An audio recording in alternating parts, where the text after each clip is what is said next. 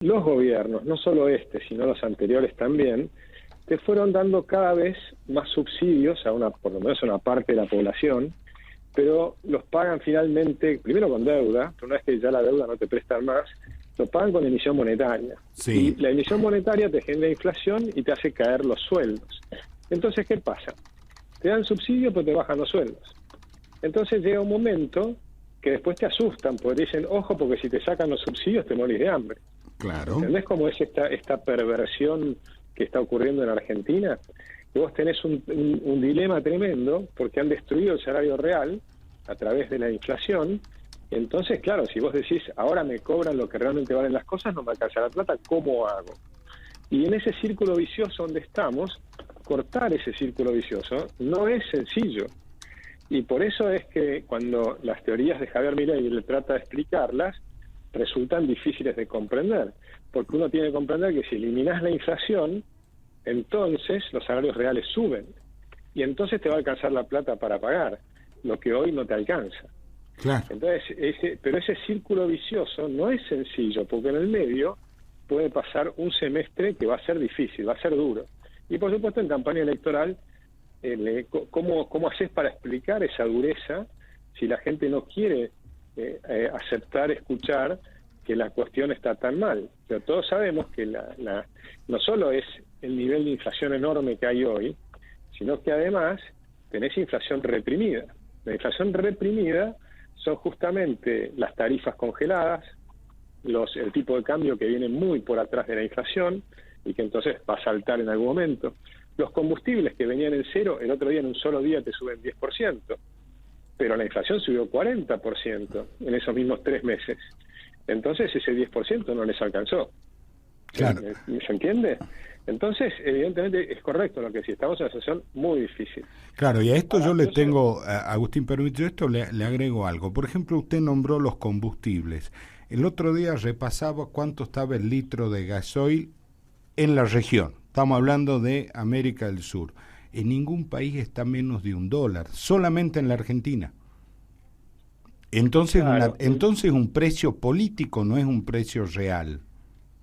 Es un precio político y el candidato ministro, Massa, te dice, bueno, pero Argentina no tiene por qué pagar el precio que pagan los demás. Te dice, ¿por qué? Porque como tenemos petróleo podemos pagar menos. Ahora, eso es una falacia, porque si vos haces eso, estás haciendo una economía totalmente ineficiente. Y si vos pagás menos de lo que vale en otro lugar, lo que va a pasar es que las inversiones se van a ese otro lugar. Porque si bien es cierto que nosotros tenemos, por supuesto es verdad, ¿no? Tenemos vaca muerta, pero tenés que explotar vaca muerta, y para explotarlo hay que invertir. ¿Y dónde preferís invertir? ¿En un lugar donde te manipulan los precios y te ponen precios políticos?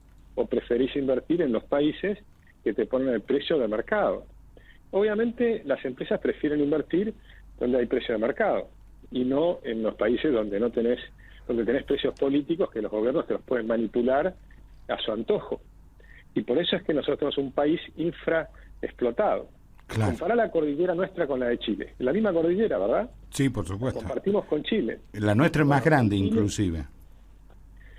Bueno, por eso, pero te quiero decir, si nosotros explotáramos la cordillera como los chilenos, podríamos exportar 30.000 millones de dólares más en cobre. Pero además del cobre tenemos plata, oro, zinc, tenés el litio, tenés vaca muerta. En el mar argentino podríamos estar explotando agricultura con salmón y demás, como hace el krill, como hacen los chilenos, pero tenemos explotación cero. Y para colmo permitimos que los chinos se lleven el pescado, sin pagar. Entonces es un desastre, ¿no?, cómo manejamos nuestros recursos naturales. Si nosotros empezamos a hacer las cosas bien, Argentina puede tener una economía que sea el doble de tamaño de la que tenemos hoy, en términos de dólares. Claro. O más del doble. Uh-huh. ¿Cómo le va? Claudia Palacios lo saluda.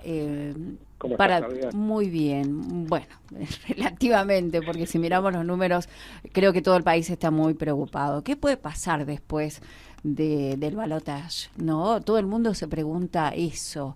¿Se van a disparar los precios nuevamente? ¿Vamos a tener una devaluación? ¿Qué es lo que se avisora?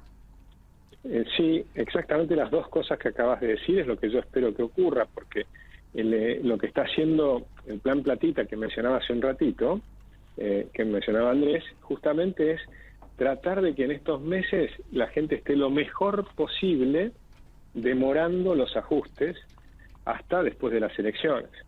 Entonces, después de las elecciones, gane quien gane, él va a tener que hacer el famoso ajuste.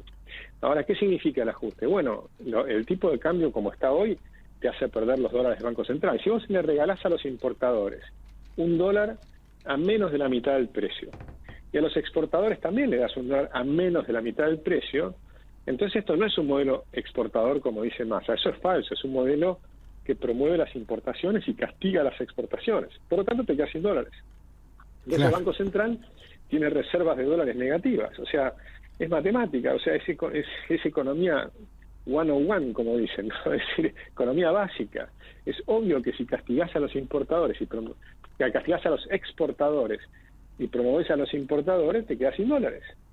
Y entonces van a tener que liberar el tipo de cambio o como mínimo hacer una fuerte devaluación, como mínimo, cualquiera que gane.